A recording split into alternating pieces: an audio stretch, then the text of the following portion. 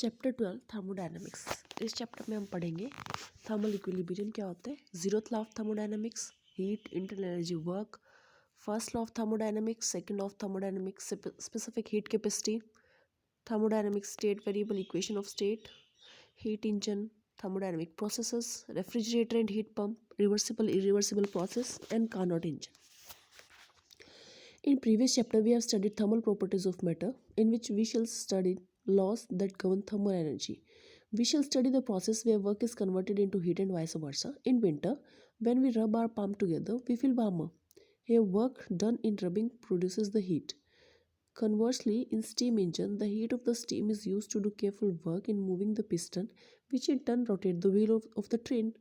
In physics, we need to define the notion of heat, temperature, work, etc. more carefully. Historically, it took a long time to arrive at the proper concept of heat. Before the modern picture, heat was regarded as a fine, invisible fluid filling in the pores of a substance.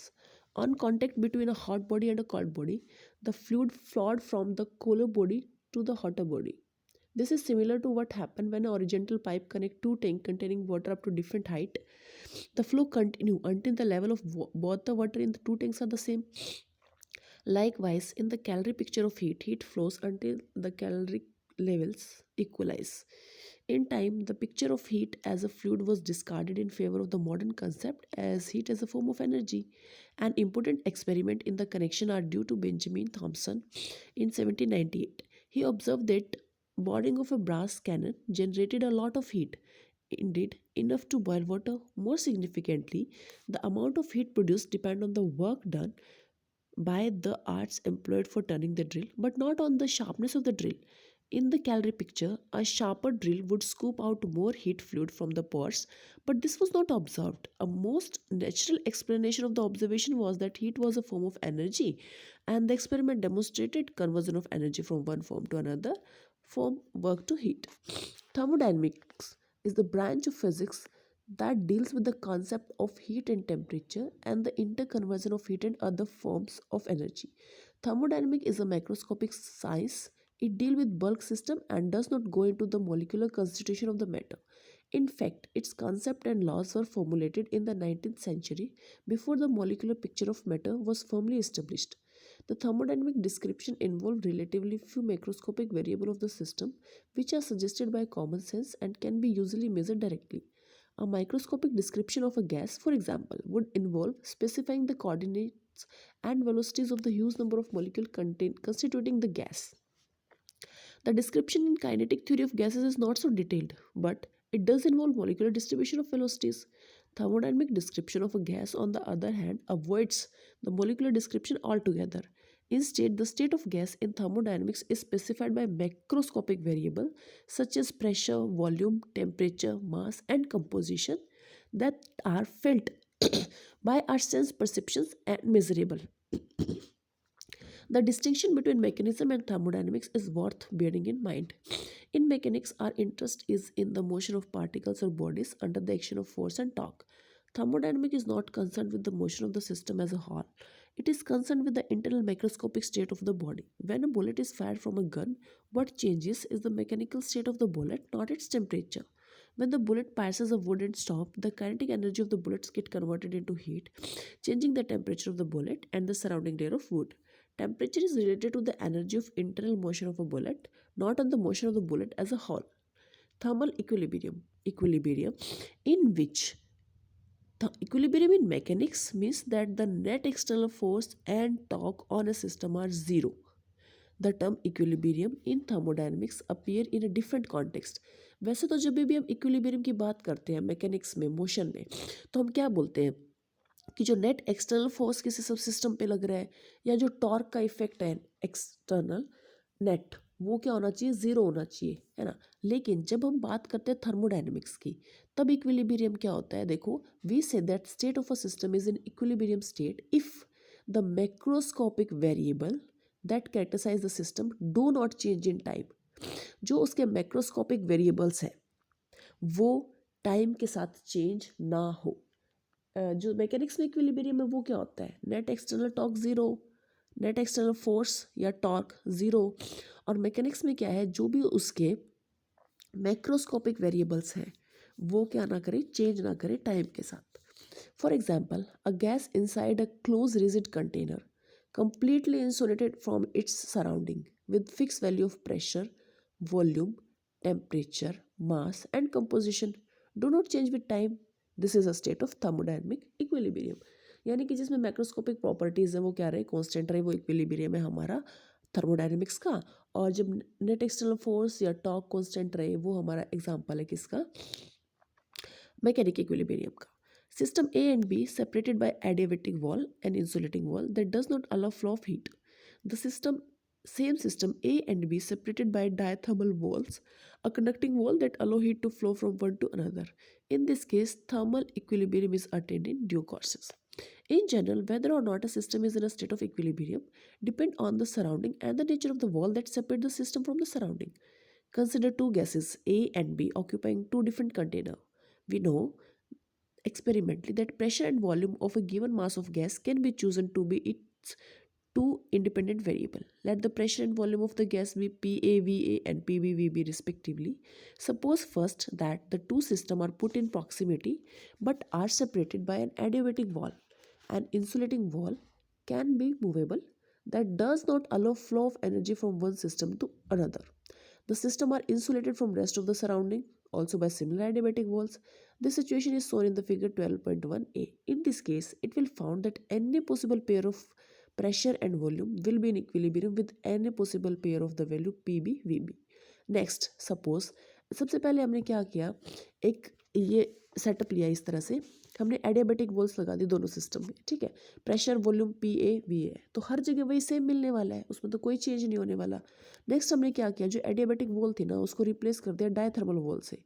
वो conduct करती है wall और वो क्या करती है, allow करती है किसका फ्लो, एनर्जी का फ्लो, यानी हीट फ्लो कर सकती है. अगर हीट फ्लो कर सकती है तो क्या हो सकता है, टेम्परेचर में डिफरेंस आ सकता है. The system A and B change spontaneously until both the system attain equilibrium. After that, there is no change in the state. This situation is shown in the figure B. The pressure and volume variable of two gas changes such that the new state in equilibrium with each other. There is no more energy flow from one to another. We then say that the system A is in thermal equilibrium with the system B. What characteristics the situation of the thermal equilibrium between two systems? You can guess the answer from your experience. In thermal equilibrium, the temperature of two systems are equal. We shall see how does one arrive at the concept of temperature in thermodynamics. The zeroth law of thermodynamics provides the clue. Thermodynamics में जो temperature का system है, फंडा है, वो कहाँ से आ रहा है, देखिए जीरोथ लॉ से आ रहा है. Imagine two system A and B separated by adiabatic wall will each is in contact with the third system C by a conducting wall. तो देखो ऐसे हमारे पास दो सिस्टम है A और B, ये एक दूसरे से इंसुलेटेड है, ये एक दूसरे के साथ एक्सचेंज नहीं कर सकते, बट दोनों क्या है, C के साथ कंडक्शन में है, C के साथ दोनों चेंज कर सकते हैं. ठीक है, ये सेटअप है. उसके बाद है, after this is achieved, suppose that the adiabatic wall between A and B is replaced by a conducting wall and C is insulated from A and B by adiabatic wall. It is found that the state of A and B change no further. They are found to be in thermal equilibrium with each other. हमने क्या किया, सबसे पहले जैसे A figure में है ऐसा setup किया. A और B तो इंसुलेटेड है, C कंडक्टिंग है, तो A B C के साथ कंडक्टिंग मोड में आ जाएगा, B B तो सेम टेम्परेचर हो जाएगा इनका. फिर हमने क्या किया, C के साथ इंसुलेट कर दिया, A और B को आपस में क्या कर दिया, एडियाबेटिक कर दिया. A और B को आपस में कंडक्टिंग कर दिया, C को इंसुलेट कर दिया. तो पहले वाले फिगर में क्या था, A और C का सेम था, B और C का सेम था. अब C को हटा दिया तो हमने ऑब्जर्व किया कि जो A और B सिस्टम है वो भी सेम आ रहे हैं, उनके बीच में कोई चेंज नहीं हो रहा. और यही हमारा क्या बोलते हैं, जीरोथ लॉ ऑफ थर्मोडायनेमिक्स बोलता है. Two systems in thermal equilibrium with the third system separately are in thermal equilibrium with each other. यानी कि दो सिस्टम जो किसी तीसरे सिस्टम के साथ थर्मल इक्विलिब्रियम में है, दो सिस्टम है A और B, थर्मल इक्विलिब्रियम में है C के साथ, यानी AC और BC थर्मल इक्विलिब्रियम में है. तो जो वो दोनों सिस्टम है A और C वो भी आपस में क्या होंगे, थर्मल इक्विलिब्रियम में होंगे. ठीक है, R.H. Fowler formulated this law in 1931 long after the first and second law of thermodynamics were stated and so numbered. सबसे पहले फर्स्ट और सेकंड लॉ ऑफ थर्मोडायनेमिक्स आए, उसके बाद 1931 में फॉलर ने कौन सा दिया हमें, जीरोथ लॉ दिया, R.H. फाउलर, ऐसे जीरोथ लॉ. ठीक है, फाउल हो गया, 0 मार्क्स मिल गए, ऐसे लर्न कर लो, फाउल हो गया 0 मार्क्स. Fowler ने दिया zeroth law of thermodynamics. The zeroth law clearly suggests that when two systems A and B are in thermal equilibrium, there must be a physical quantity that has the same value for both. This thermodynamic variable whose value is equal for the two systems in thermal equilibrium is called temperature. If A and B are separated in equilibrium with C, temperature of A is equal to temperature of C and temperature of B is equal to temperature of C. This implies that temperature of A equal to temperature of B. System A and B are also in thermal equilibrium. We have arrived at the concept of temperature formally via the zeroth law. The next question is how to assign numerical value to temperature of different bodies. In other words, how do we construct a scale of temperature? Thermometry deals with the basic question to which we turn in the next question. Next section. System A and B are separated by an adiabatic wall, while each is in contact with the third system C via a conducting wall. The adiabatic wall between A and B is replaced by a conducting wall, while C is insulated from A and B by an adiabatic wall. Now, heat, internal energy, and work. The zeroth law of thermodynamics led us to the concept of temperature that agrees with our common sense notion. Temperature is a marker of the hotness of a body. It determines the direction of flow of heat when two bodies are placed in thermal contact. Heat flow from the body at higher temperature to the one at lower temperature. The flow stops when the temperature equalizes. The two bodies are then in thermal equilibrium. We saw in some detail how to construct temperature scale to assign temperature to different bodies. We now describe the concept of heat and other relevant quantities like internal energy and work. The concept of internal energy of a system is not difficult to understand. We know that every bulk system consists of a large number of molecules. Internal energy is simply the sum of the kinetic energy and the potential energy of the molecule. We remarked earlier that in thermodynamics, the kinetic energy of the system as a whole is not relevant. Internal energy is thus the sum of molecules' kinetic and potential energy in the frame of reference relative to which the center of mass of the system is at rest. Thus, it includes only the energy associated with the random motion of the molecule of the system. We denote the internal energy of the system as U. Though we have invoked the molecular picture to understand the meaning of internal energy, as far as thermodynamics is concerned, U is simply a macroscopic variable of the system. The important thing about internal energy is that it depends only on the state of the system and not how the state was achieved. Internal energy of a system is an example of thermodynamic state variable. Its value depends only on the given state. State variable है हमारे पास जिसकी value सिर्फ given state पे depend करती है, इस पे depend नहीं करती है कि किस पाथ को फॉलो करके वो उस स्टेट पे पहुंची है. Not on the path taken to arrive at that state. The internal energy of a given mass of gas depends on its state, described by a specific value of pressure, volume, and temperature. It does not depend on how this state of gas come about. Pressure, volume, temperature, and internal energy are thermodynamic state variable of the system. If we neglect pressure, volume, temperature, internal energy, ये पता होने चाहिए चारों के चारों, memorise करना है इनको. Pressure, volume, temperature, internal energy, ये चारों है, ये स्टेट वेरिएबल है. हमें नहीं पता उसका ये पर्टिकुलर वैल्यू ऑफ प्रेशर कैसे आया है, टेम्परेचर कैसे आया है, इंटरनल एनर्जी कैसे आया है, या वॉल्यूम कैसे आया है. But at present at in this state इसकी ये वैल्यू है. Then damn fine. If we neglect the small intermolecular forces in a gas, the internal energy of a gas is just the sum of kinetic energy associated with various random motion of its molecule. We'll see in the next chapter that in a gas, the motion is not only translation, it also includes rotation and vibration motion. Internal energy of a gas is the sum of kinetic and potential energy of its molecule when the box is at rest. Kinetic energy due to various type of motion, translation, rotation or vibration is to be included in U. If the same box is moving as a whole with some velocity, the kinetic energy of the box is not to be included. इसने यही बोला है. जब हम kinetic energy की बात करते हैं ना किसी सिस्टम की, तो हम ये नहीं देखते कि एज अ होल सिस्टम कैसे मोशन कर रहा है. हम देखते हैं कि जो सिस्टम है उसके जो मोलिक्यूल्स हैं उनका मोशन कैसा है. ठीक है.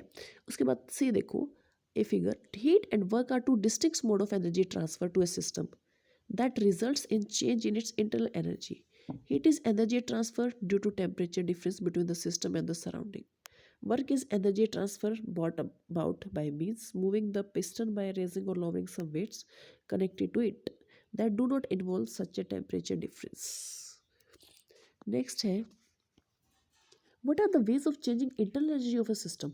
Consider again, for simplicity, the system to be a certain mass of gas contained in a cylinder with a movable piston. Experience shows that there are two ways of changing the state of a gas.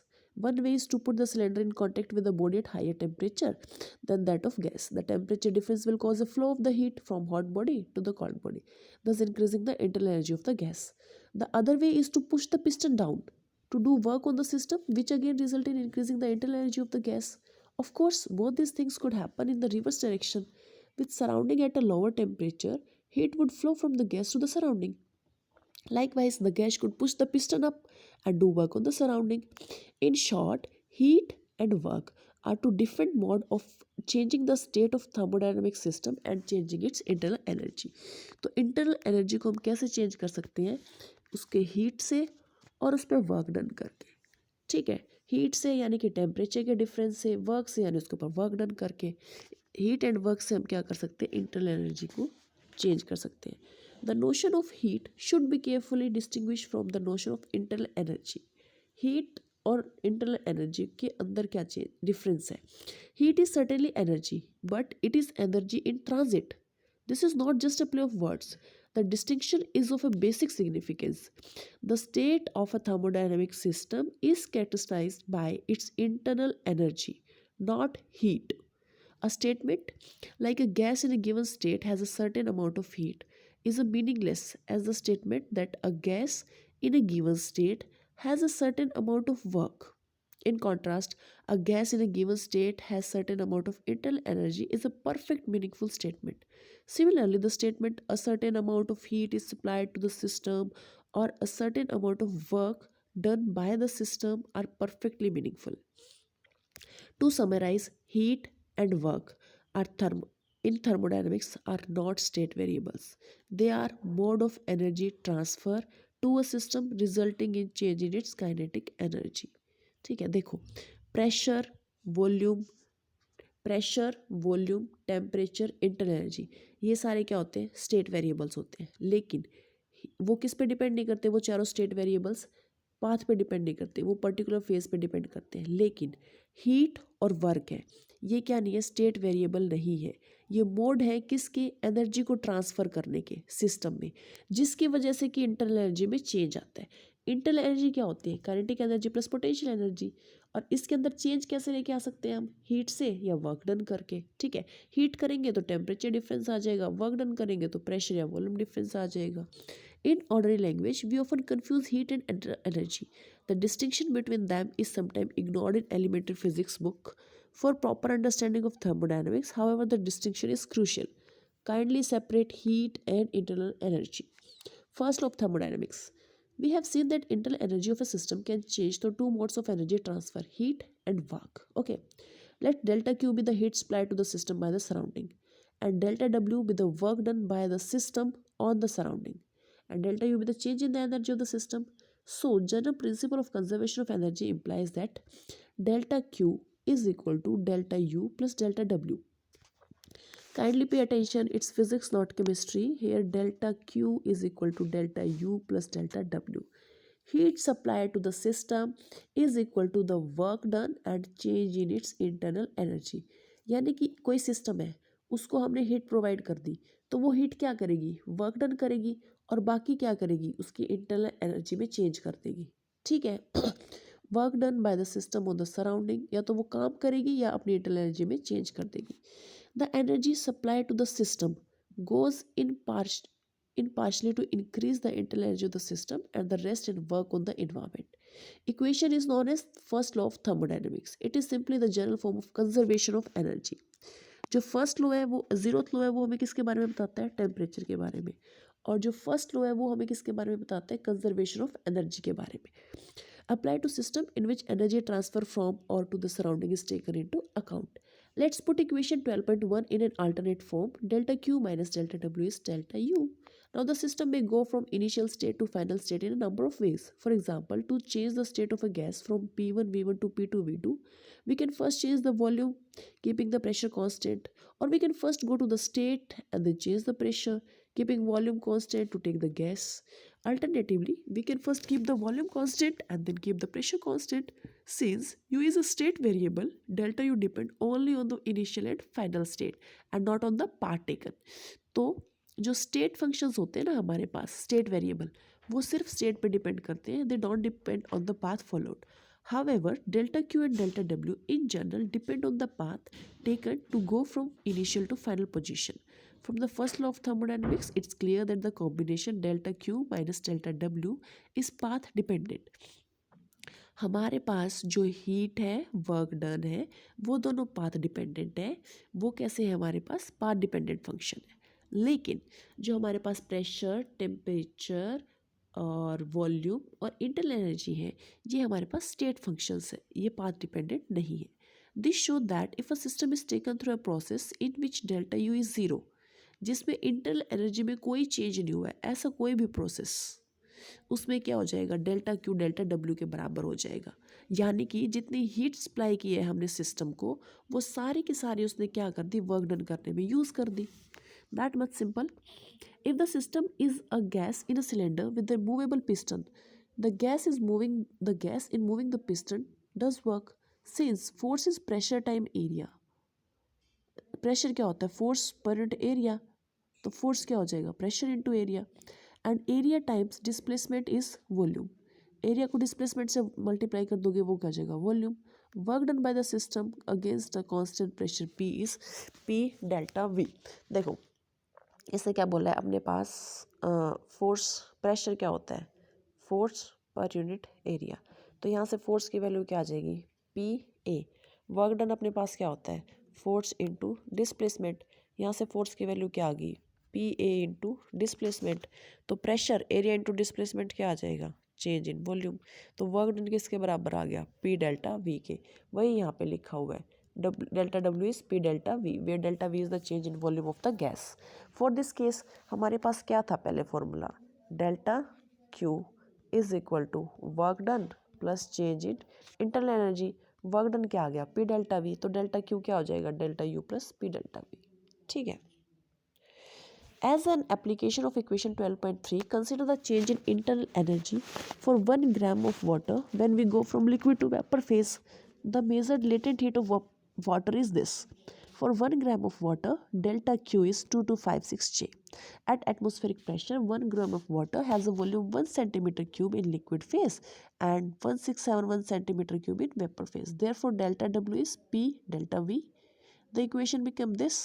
We see that most of the heat goes to increase the internal energy of the water in transition from liquid to vapor phase. Liquid phase में उसकी एक particular value है, ठीक है, energy की, और vapour phase में एक पर्टिकुलर एनर्जी है, वैल्यू, ठीक है.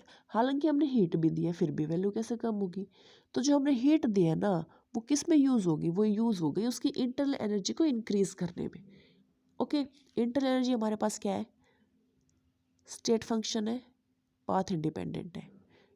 जो हमारे पास हीट और वर्क डन है वो पाथ फंक्शन है, पाथ डिपेंडेंट है. ठीक है. उसके बाद नेक्स्ट देखो, specific heat capacity. Suppose an amount of heat delta Q supplied to a substance change its temperature from T to T plus delta T.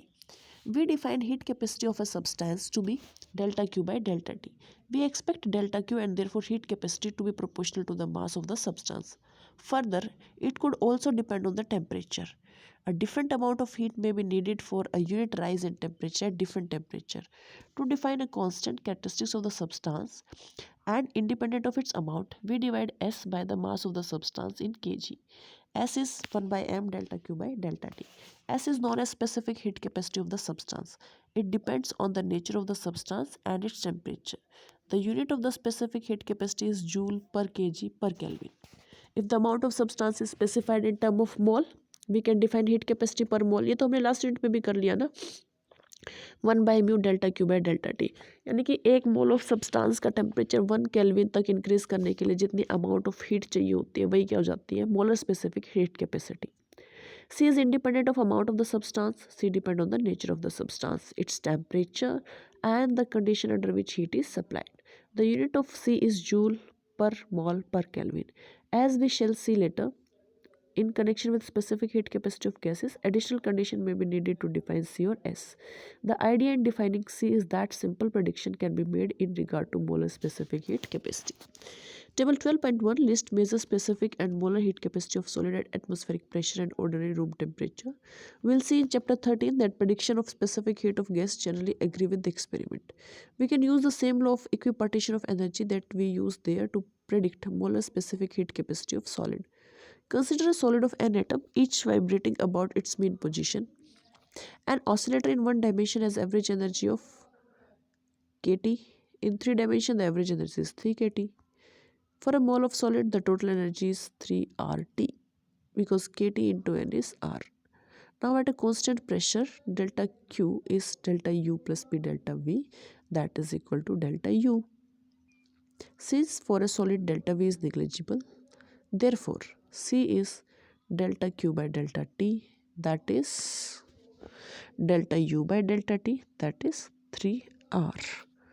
Table 12.1 shows the experimentally measured values which generally agree with the predicted value 3R at ordinary temperature. Carbon is exception. Kindly note down the exception whatever it is. The agreement is not to break down at low temperature. What's the agreement? The experimental measured value which generally agrees. Just remember this relation. Specific heat capacity is equal to 3R delta U by delta T for a solid. Specific heat capacity of water. Let's study about specific heat capacity of water. The old unit of heat was calorie. 1 calorie was earlier defined to be the amount of heat required to raise the temperature of 1 gram of water by 1 degree Celsius. With more precise measurement, it was found that the specific heat of water varies slightly with temperature. Figure 12.5 shows the variation of temperature is 0 to 100 degrees Celsius. For a precise definition of calorie, it was therefore necessary to specify the unit temperature interval. 1 calorie is defined to be the amount of heat required to raise the temperature of 1 gram of water from 14.5 degrees Celsius to 15.5 degrees Celsius. Since heat is just a form of energy, it is preferable to use the unit joule.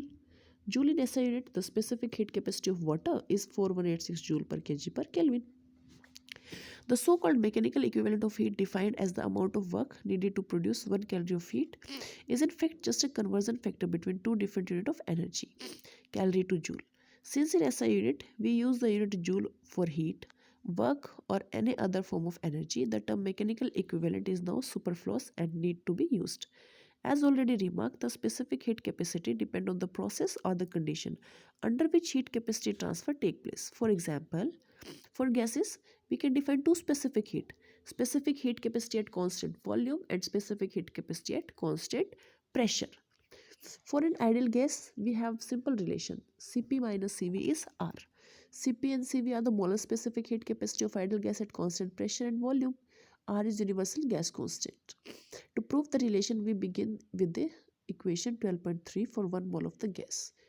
Delta Q is delta U plus P delta V. It's like the heat given to the system used up in the work done or the change in internal energy. If delta Q is absorbed at constant volume, delta V gonna be 0. So delta Q is equal to delta U. Now the specific heat capacity at constant volume is delta Q by delta T, that is delta U by delta T, where the subscript V is dropped in the last step, since U of an ideal gas depend only on the temperature. If on the other hand delta Q is absorbed at constant pressure, then delta Q Cp is delta Q by delta T, that is equal to delta U by delta T, that is P delta V by delta T. The subscript P can be dropped from the first term since U for an ideal gas depend only on the temperature. Ideal gas के लिए internal energy है वो सिर्फ किस पर depend करती है, temperature पे. P V is equal to R T, P delta V by delta T is R. Since equation 12.19 to 12.11 give the desired equation 12.8.